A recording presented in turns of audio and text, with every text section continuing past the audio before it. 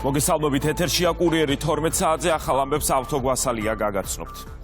7 თვე ადგილობრივი თვითმმართველობის არჩევნებამდე ოპოზიციის დიდი ნაწილი 2025 წლის არჩევნებში მონაწილეობას არ აპირებს. რამდენიმე პარტია ღიად აცხადებს, რომ თვითმმართველობის არჩევნებში ჩართვას არ გეგმავს. ზოგიერთი პარტია კი პირდაპირ უარს არ ამბობს და არჩევნებში მონაწილეობის საკუთარი სცენარი აქვს. ქართული ოცნება ოპოზიციის პოზიციას საბოტაჟად აფასებს. ხელისუფლების წარმომადგენლები აცხადებენ, რომ საარჩევნო გარემო ყველა პარტიას აძლევს შესაძლებლობას ჩაერთოს საარჩევნო მარათონში.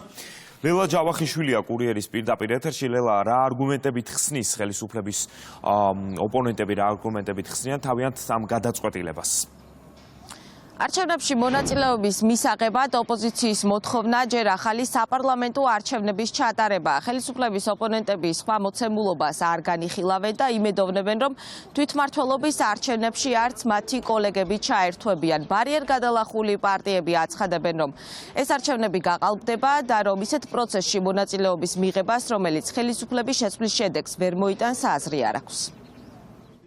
იქამდე არის ძალიან ბევრი დრო დარჩენილი. მე მგონია, რომ ამ სტატუს-კვოში არც ერთი წამყვანი პოლიტიკური ორგანიზაცია არ მიიღებს მონაწილეობას, მაგრამ უნდა ვიყოთ, რა თქმა უნდა, ფხიზლად. ამ ქვეყანაში ვითხოვთ ჩვენ ახალ საპარლამენტო არჩევნებს. ვინც ამ გეზს გადაუხვევს, მე დიდი ეჭვმეპარება, რომ რაიმე წარმატებას მიაღწევს პოლიტიკურ ცხოვრებაში. ამ მორჩეულის მოტყუება იქნება შესვლა, იმიტომ რომ ხელისუფლება არ შეიცვლება, არჩევნები გაყალბდება, ესეთი არჩევნების ფორმატში მონაწილეობის მიღება, სადაც ხელისუფლება არ იცვლება, უბრალოდ წარმოუდგენელი. ახალი არჩევნები, საპარლამენტო არჩევნები, რომელიც ამ ქვეყანაში დააბრუნებს დემოკრატიულ მმართველობას და აღადგენს სამართალს. ეს არის მხოლოდ გამოსავალი. სხვა საკითხებზე არც მსჯელობა, არც საუბარი არ მიმდინარეობს და შესაბამისად არც არანაირი გადაწყვეტილება არ მიღება. ჩვენ ვუშვებთ იმას, რომ ახალი არჩევნები ჩაინიშნება, რომელიც გაუსწრებს მუნიციპალურ არჩევნებს და ახალი არჩევნების ჩანიშვნის შემდეგ მუნიციპალურ არჩევნებში მონაწილეობის მიღება გახდება შესაძლებელი, მაშინ როცა ჯერ ჩატარდება საპარლამენტო არჩევნები. ოპოზიციის პრინციპულობის მმართველ გუნდს არ სჯერა. ქართულ ოცნებაში აცხადებენ, რომ ერთადერთი მიზეზი, რის გამოც მათი ოპონენტები თვითმმართველობის არჩევნებში მონაწილეობისგან თავს იკავებენ, არის საზოგადოების უნდობლობა და ეს თავადაც კარგად იციან.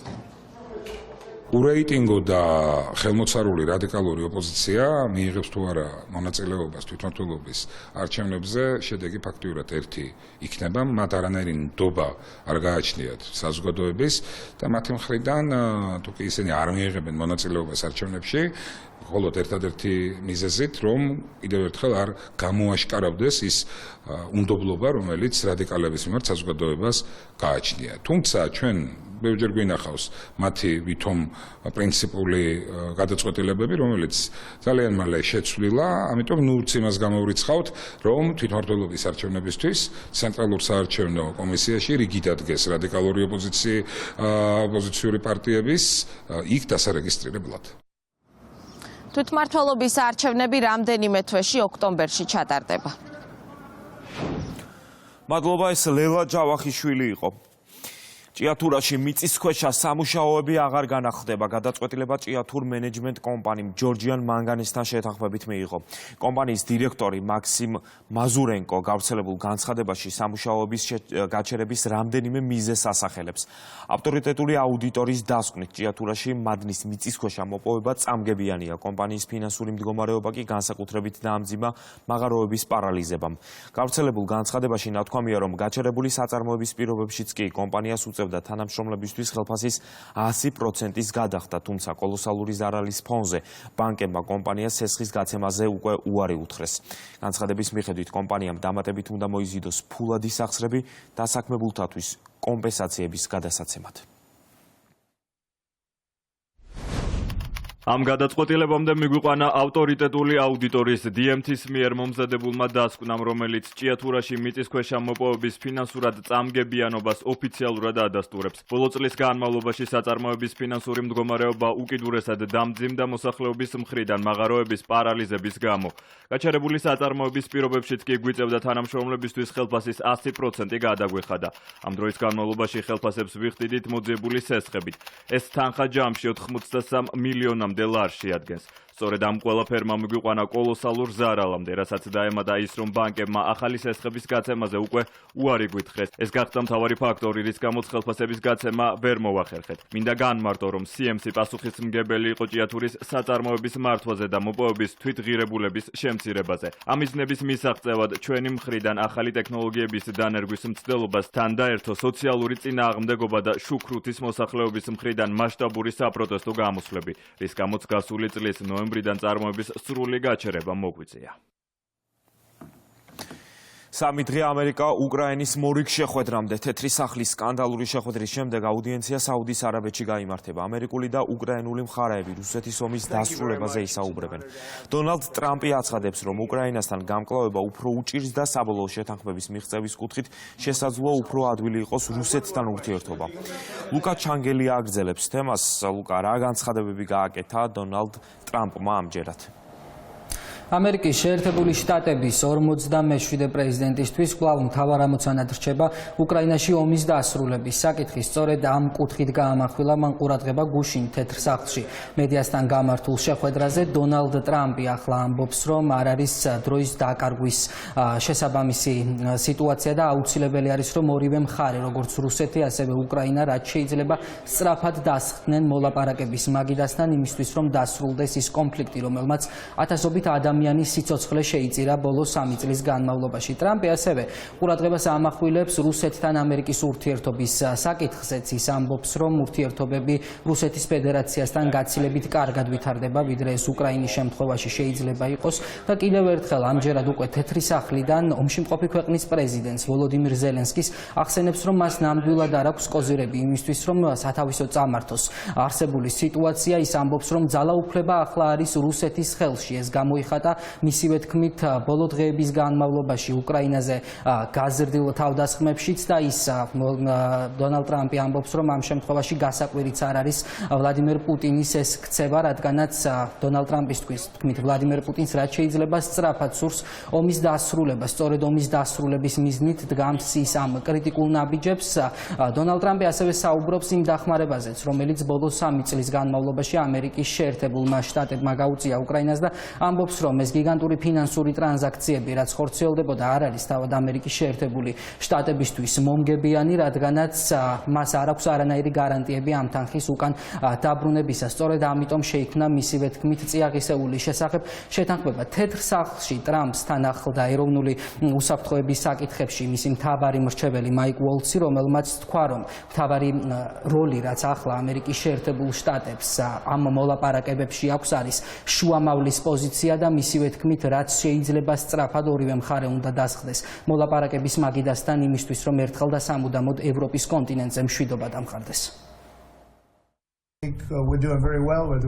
ფიქრობ, რუსეთთან ურთიერთობა საკმაოდ კარგად ვითარდება, თუმცა ახლა ისინი უკრაინას სასტიკად ბომბავენ. სიმართლე რომ თქვა, უკრაინასთან მოლაპარაკება უფრო რთულად მეჩვენება.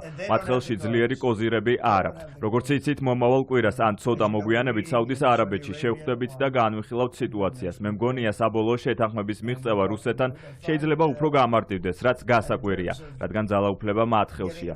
ისინი ახლა უკრაინას დაუნდობლად უდევენ. მე გავაკეთე განცხადება. ძალიან მკაცრი განცხადება, რომ ეს დაუშვებელია. ასე არ შეიძლება. ჩვენ ვცდილობთ უკრაინას დავეხმაროთ. უკრაინამ ძალა უნდა მოიკრიბოს და საქმე დაასრულოს. ჯერა რომ ორივე მხარეს შეთანხმება სურს. ჩემი პრეზიდენტობის გარეშე ამ ომს გადაწყვეტის არანაირი შესაძლებლობა არ ექნებოდა. აბსოლუტურად ნული. ახლა კი ამას შევძლებთ. ფიქრობ, ომის დასრულება რუსეთსაც უნდა და უკრაინასაც. ისინი ყოველ კვირას საშუალოდ 2000 ჯარისკაც კარგავენ. ეს ხალხის ტექნიკისა და ეროვნული სიმდიდრის განადგურების მანქანაა. ასევე მსურს შევაჩეროთ შეერთებული შტატების ეს გიგანტური ფინანსური ტრანზაქციები. ბაიდენმა ფული ისე გაანიავა, თითქოს წყალი იყო და არაფერი მიუღია სანაცვლოდ. ევროპამ სესხის სახით გასცა და თავის ფულს დაიბრუნებს. ჩვენ კი ვერა. ასე წარმოიშვა იშვიათი წიაღისეულის შეთანხმება. დავამატებ, რომ პრეზიდენტს ჰქონდა საუბრები და მიიღო სტუმრები. საფრანგეთის პრეზიდენტი მაკრონი, გაერთიანებული სამეფოს პრემიერ-მინისტრი სტარმერი. მომავალ კვირას ნატოს გენერალური მდივანი ჩამოდის. გვაქვს შეხვედრა თქვენთან, უკრაინელებთან. ჩვენ უკვე ჰქონდა შეხვედრა რუსებთან. ეს ყველაფერი პრეზიდენტის მუშაობის პირველ თვეში მოხდა. მისი ხელმძღვანელობით. ჩვენ აქტიურად ჩავერთვებით შუამავლურ დიპლომატიაში და გამოვიყენებთ მის ავტორიტეტსა და გავლენას, რათა ორივე მხარე მშვიდობის მაგიდასთან მივიდეს. ეს მარტივი არ იქნება. უკრაინაში ომის დასრულების საკითხზე საუბრობს თავად ომში მყოფი ქვეყნის პრეზიდენტიც. ვოლოდიმირ ზელენსკის თქმით, ბოლო რამდენიმე დღის განმავლობაში მისი ადმინისტრაცია აქტიურად არის ჩართული მოლაპარაკებების პროცესში ამერიკის შეერთებულ შტატებთან. ვოლოდიმირ ზელენსკი ასევე ამბობს, რომ მთავარი მიზანი, რაც ახლა მას გააჩნია, არის ხანგრძლივი მშვიდობის დამყარება უკრაინაში, რომელიც ახსილი იქნება სხვადასხვა გარანტიებით და ასევე უსაფრთხოების და თავდაცვის სხვადასხვა დახმარებებით დასავლეთიდან. სწორედ ამ დახმარებებზეც ისაუბრა, მან და თქვა, რომ ახლა მთავარი პარტნიორი უკრაინისთვის ამ ომში არის ევროპის ქვეყნები, რომლებიც ბოლო რამდენიმე დღის განმავლობაში აქტიურ ფინანსურ დახმარებას წევენ უკრაინისთვის. ასევე ვოლოდიმირ ზელენსკიმ ვიდეო მიმართვაში ახსენა ისიც, რომ ის აქტიურად მუშაობს დასავლელ პარტნიორებთან იმისთვის, რომ უფრო მყარი გარანტიები მიიღოს უკრაინის თავდაცვის განვითარების კუთხით. Сьогодні увесь день მთელი დღის განმავლობაში მიმდინარეობს ყველაზე ინტენსიური მუშაობა პრეზიდენტ ტრამპის გუნდთან სხვადასხვა დონეზე. მიზანი ნათელია, მშვიდობა რაც შეიძლება მალე, უსაფრთხოება რაც შეიძლება საიმედოდ. უკრაინა მაქსიმალურად კონსტრუქციულადაა განწყობილი. დღეს რუსეთმა კვლავ შეუტია ჩვენს ენერგოსისტემასა და სამოქალაქო ინფრასტრუქტურას. რუსეთისთვის ეს ჩვეულებრივი, ყოველთვის ისეთივე ბოროტი და ცინიკური ქმედებაა, თითქოს უკრაინისა და მსოფლიოს მცდელობები ამ ომის დასასრულებლად არ არსებობდეს. ამ კვირაში ჩვენ მნიშვნელოვნად გავზარდეთ უკრაინის მხარდაჭერა ევროპაში. ნორვეგიამ განსაკუთრებით ძლიერი გადაწყვეტილება მიიღო ჩვენი სიძლიერის დასაფინანსებლად. წლევანდელი დახმარების გამოცხადებული მოცულობა 7,7 მილიარდ დოლარამდე გაიზარდა. უმეტესი ნაწილი უკრაინაში იარაღის წარმოებას მოხმარდება. ველოდებით, რომ საფრანგეთი დააჩქარებს უსაფრთხოების დახმარებას. ნიდერლანდები მზადაა 700 მილიონი ევრო ჩადოს დრონების წარმოებაში. ბალტიისპირელმა მეგობრებმა ახალი გადაწყვეტილებები მიიღეს მხარდაჭერასთან დაკავშირებით. ასევე მტკიცე უსაფრთხოების შეთანხმებები გვაქვს ევროკავშირის პრეზიდენტ კოშტასთან და ევროკომისიის პრეზიდენტ ფონ დერ ლაიენთან. ვემზადებით შეხვედრისთვის გენერალური შტაბის ხელმძღვანელების დონეზე საფრანგეთში. უკრაინის თავდაცვის უნარიანობის გაზრდა, მისი სუვერენიტეტისა და ტერიტორიული მთლიანობის შენარჩუნება, ახლა ეს საკითხები არის ის, რაზეც მსოფლიო ლიდერები მსჯელობენ და ამის ფონზე კვლავ მთავარ პრიორიტეტად ევროპის კონტინენტზე ხანგრძლივი და გარანტირებული მშვიდობის მიღწევა რჩება. მადლობა, ეს ლუკა ჩანგელია იყო. რესპუბლიკელი სენატორები დონალდ ტრამპს უკრაინისთვის სამხედრო დახმარების გაგრძელებისკენ მოუწოდებენ. ამის შესახებ ინფორმაციას ამერიკული გამოცემა ჰილი სენატორებთან საუბრის შემდეგ ავრცელებს. სენატორების თქმით, უკრაინისთვის იარაღის მიწოდების შეწყვეტას გამანადგურებელი ეფექტი ექნება უკრაინის საბრძოლო შესაძლებლობებზე, რაც ძირს გამოუთხრის მის ბერკეტებს რუსეთთან მოლაპარაკებებში. სენატორებმა ასევე განაცხადეს, რომ უკრაინისთვის სადაზვერვო ინფორმაციის მიწოდება დაუყოვნებლივ უნდა განახლდეს და აღნიშნეს, რომ მათ არ ესმით რა უნდა მოიგოს ამერიკის შეერთებულმა შტატებმა უკრაინისთვის კრიტიკულად მნიშვნელოვანი საბრძოლო სადაზვერვო ინფორმაციის მიწოდების შეწყვეტით. საფრანგეთის, დიდი ბრიტანეთის, გერმანიის, იტალიისა და პოლონეთის თავდაცვის მინისტრები მომდევნო კვირას პარიზში უკრაინის საკითხზე იმსჯელებენ. შეხვედრა 4 შაბათს შედგება, მთავარი საკითხი კი ამერიკული დახმარების შეწყვეტის ფონზე ომში მყოფი ქვეყნის თავდაცვის უნარიანობის გაზრდის გზები იქნება. საფრანგეთის თავდაცვის მინისტრი აცხადებს, რომ 5 ქვეყანა ახლა კიევის მხარდამჭერი ქმედების კოორდინირებაზე მუშაობს. მიმდინარე პროცესების პარალელურად ომი გრძელდება უკრაინაში. ღამით ოკუპანტი ქალაქ დობროპილიას თავს დაესხა. განხორციელებული დარტყმის შედეგად 11 ადამიანი დაიღუპა, 30 კი მძიმედ დაშავდა. დანგრეულია 8 სართულიანი საცხოვრებელი კორპუსი და ადმინისტრაციული შენობა. დაზიანებულია 30 ავტომობილი. შეტევის შედეგად ადგილზე ხანძარი გაჩნდა. სამაშველო ოპერაციების მიმდინარეობის დროს კი რუსეთმა მეორე დარტყმა განახორციელა, რის შედეგადაც ერთი მანქანა დაზიანდა. უკრაინული მედიის ცნობით, კიდევ ერთი ადამიანი დაიღუპა ხარკოვის ოლქზე განხორციელებული შეტევის შედეგად. დანგრეულია საწარმო, 7 ადამიანი კი მძიმედ არის დაშავებული. დონალდ ტრამპი კანადას ახალ ტარიფებს დაუწესებს. განცხადება შეერთებული შტატების 47 პრეზიდენტმა თეთრ სახლში მედიასთან გამართულ შეხვედრაზე გააკეთა. ტრამპის თქმით, წლების განმავლობაში ამერიკას კანადა უსამართლო ტარიფებს უწესებდა. მათ შორის საუბარია ხე-ტყისა და რძის პროდუქტებისთვის დაწესებულ გადასახადებზე. ტრამპის განცხადებით, ის შეაჩერებს ამერიკის შეერთებული შტატების ძარცვას სხვა ქვეყნების მხრიდან, რაც წლების განმავლობაში გრძელდებოდა. კანადა წლების განმავლობაში გვძარცვავდა ტარიფებით ხე-ტყეზე და რძის პროდუქტებზე 250%-ით. არავინ საუბრობს ამ 250-იან ტარიფზე, რომელიც ჩვენს ფერმერებს აზარალებს. ეს აღარ გაგრძელდება. ჩვენ ვაპირებთ მათ იგივე ტარიფით შევხვდებით. თუ არ შეამცირებენ მას, შეიძლება ეს დღესვე გავაკეთოთ, ან ორ შაბათს თუ სამ შაბათამდე დააველოდოთ, მაგრამ ეს არის ჩვენი გეგმა. ეს არასოდეს ყოფილა სამართლიანი. კანადა ჩვენს ფერმერებს ცუდად მოექცა.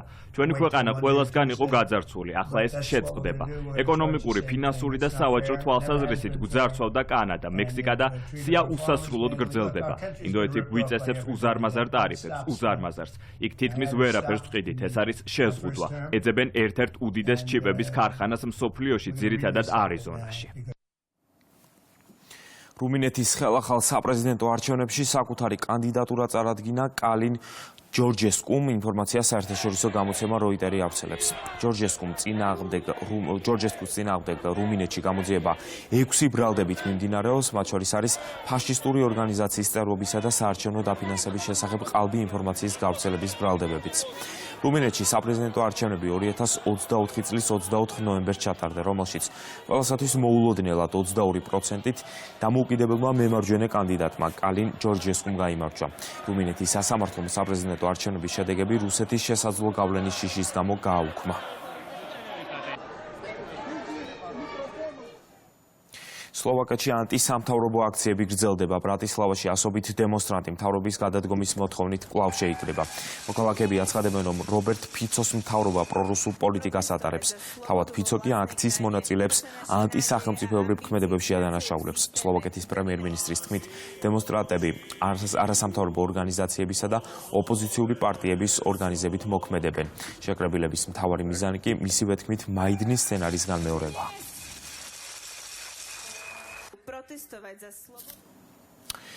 შვედეთის საგარეო საქმეთა სამინისტრომ საქართველოში პროტესტის მე-100 დღესთან დაკავშირებით პოსტი გამოაქვეყნა.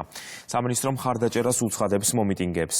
დღეს საქართველოში პროტესტის მე-100 დღეა, მიუხედავად ძალადობისა, დაპატიმრებებისა და ახალი საკანონმდებლო შეზღუდვებისა. შვედეთი აგრძელებს ყველა ქართველის უფლების მხარდაჭერას, რომ ჰქონდეთ გამოხატვისა და მშვიდობიანად შეკრების თავისუფლება. საქართველოს ხელისუფლებამ დაუყოვნებლივ უნდა გადადგას ნაბიჯები, რათა ამ კრიზისიდან გამოსავალი იპოვოს და ადამიანის უფლებების პატივისცემა უზრუნველყოს. ნათქვამია შვედეთის საგარეო საქმეთა სამინისტროს პოსტში. შვედეთის საგარეო საქმეთა სამინისტროს მიერ გამოქვეყნებულ პოსტს შეფასებები მოჰყვა ქართულ პოლიტიკურ სპექტრში. ხელისუფლება კვლავ შიდა საქმეებში გარე ძალების ჩარევის ნიშნებზე საუბრობს. რომ არაერთი ევროპული სახელმწიფო სრულად უსამართლოდ იქცევა ჩვენი ქვეყნის მიმართ, მათ შორის გამორჩეული არიან ბალტიის ქვეყნები და შვედეთი.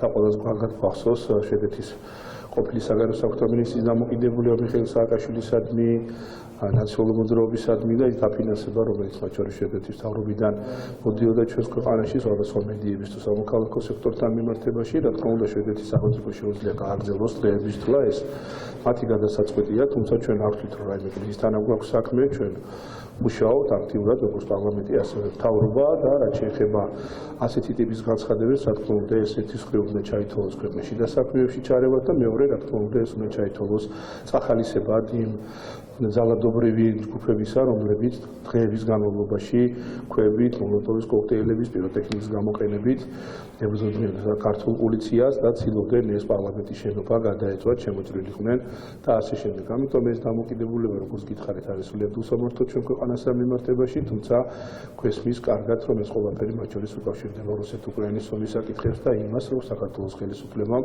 ყველაფერი გააკეთა იმისათვის, რომ ჩვენ შეგვენარჩუნებინა ქვეყანაში მშვიდობა და სტაბილურობა. ევროპის საბჭოს მინისტრთა კომიტეტი საქართველოს ხელისუფლებას მოუწოდებს გააუქმოს ოჯახური ღირებულებებისა და არასრულწლოვნის დაცვის შესახებ კანონი. კომიტეტმა საქართველოს წინააღმდეგ იდენტობის საქმეების ჯგუფის აღსრულების პროგრესი შეაფასა. კომიტეტის შეფასებით კანონის მიღება უკან გადადგმული ნაბიჯია და საქართველოს მიერ ევროპული სასამართლოს გადაწყვეტილებების შესრულებას სერიოზული კითხვის ნიშნის ქვეშ აყენებს. ჯანდაცვის მინისტრმა ღვაწლმოსილ დამსახურებულ ექიმებს იაშვილის კლინიკის ჰემატოლოგ ციალა ჩინჩალაძეს და ინფექციური საავადმყოფოს შიცის სადიაგნოსტიკო ლაბორატორიის ხელმძღვანელს მანანა ღვაბერიძეს 8 მარტი მიულოცა. მიხეილ სარჯველაძემ ექიმებს ქვეყნისა და პაციენტებისთვის გაწეული დამსახურებისთვის მადლობა გადაუხადა, აღნიშნა, რომ მათი წვლილი სამედიცინო სფეროს განვითარებისთვის უმნიშვნელოვანესია.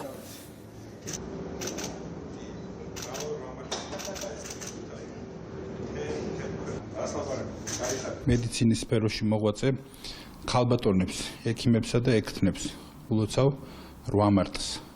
განსაკუთრებულად მინდა მიულოცო იმ ადამიანებს, ვისაც განსაკუთრებული ღვაწლი აქვთ ქართული მედიცინის განვითარებაში. ჩვენ გამოვარჩიეთ წელს რამდენიმე ასეთი ადამიანი, პატიებას ვითხოვთ იმ ადამიანებთან, ვისაც ასევე დიდი ღვაწლი აქვთ ქართული ჯანდაცვის სისტემისთვის, თითოეული პაციენტის გადარჩენისთვის ბრძოლის საქმეში, მათაც ყველა ქალბატონს, რომელიც დაუღალავად შრომობს პაციენტის ჯანმრთელობისთვის.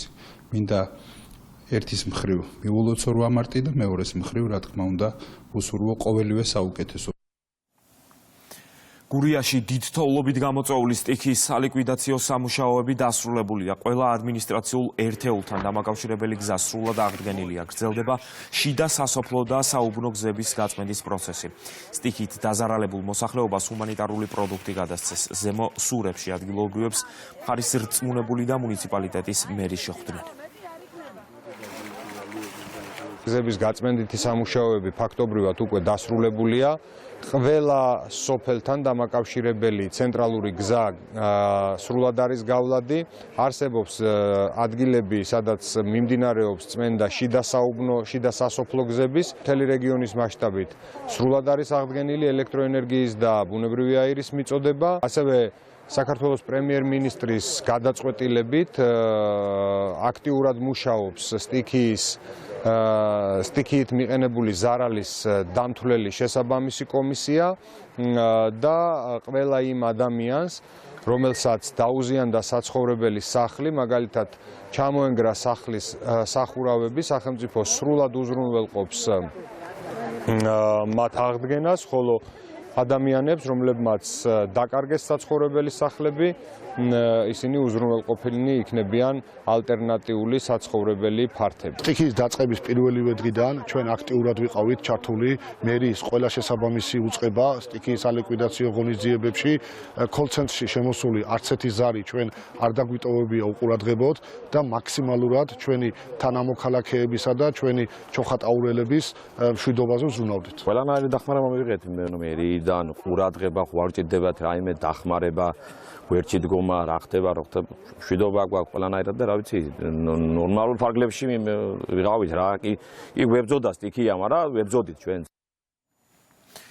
საქართველოს ეროვნულ ბოტანიკურ ბაღში იაპონური ბაღის რეკონსტრუქცია მიმდინარეობს. ბაღი 250 კვადრატულ მეტრ ფართობზეა გაშენებული და მასში იაპონური ხელოვნების ნიმუშებია განთავსებული. მათ შორის ტორის ჭიშკარი, მინიატურული ხიდი, ტასოტოს სტილის ქვის კოშკი და სხვა. აღდგენის სამუშაოები თბილისის მერიის, საქართველოში იაპონიის საელჩოს მხარდაჭერითა და პარტნიორობით ხორციელდება. სარეკონსტრუქციო სამუშაოები 10 მარტს დასრულდება. მოხარული ვარ, რომ იაპონურ ბაღში ვიმყოფები. ეს განსაკუთრებული შემთხვევაა, რადგან იაპონური ბაღი 2016 წელს დაარსდა და ახლა ორმხრივი თანამშრომლობით მიმდინარეობს მისი რეკონსტრუქცია. ეს ადგილი აერთიანებს იაპონურ ხელოვნებას, საქართველოს ბუნებასა და ისტორიას. ვფიქრობ, ეს ბაღი ძალიან მნიშვნელოვანი ადგილია იაპონიასა და საქართველოს მეგობრული ურთიერთობებისთვის. ტურისტებს შეუძლიათ შეიგრძნონ იაპონური ბაღის სილამაზე და ასევე საქართველოს ისტორია. გაიცნონ იაპონიასა და საქართველოს მეგობრობის ისტორიასაც. ძალიან მნიშვნელოვანი არის ეროვნული ბოტანიკური ბაღისთვის, იმიტომ რომ ამ სამუშაოებში ჩართულები არიან ჩვენი ბაღის სპეციალისტებიც, მებაღეებიც, ტექნიკური პერსონალი, რომელიც იძენს არაჩვეულებრივ გამოცდილებას. თუ როგორ, მოდი ესე ვთქვათ, როგორ ვიმუშაოთ იაპონურად და მოდით როგორ მოუვაროთ სწორად ასეთ ძალიან მნიშვნელოვან ადგილს, მნიშვნელოვან ბაღს. ძალიან კარგი დამთხვევა არის, წელს ჩვენ საიუბილეო წელი გვაქვს, ასე რომ ბაღის 180 წლის თავს აი განახლებული იაპონური ბაღით შევხვდებით. კურიერი პირდაპირ ეთერში 3 საათზე დაბრუნდება. დღის ყველა მნიშვნელოვან ამბავს კი გაიცნობით ვებგვერდზე rustavi2.gi. დროებით.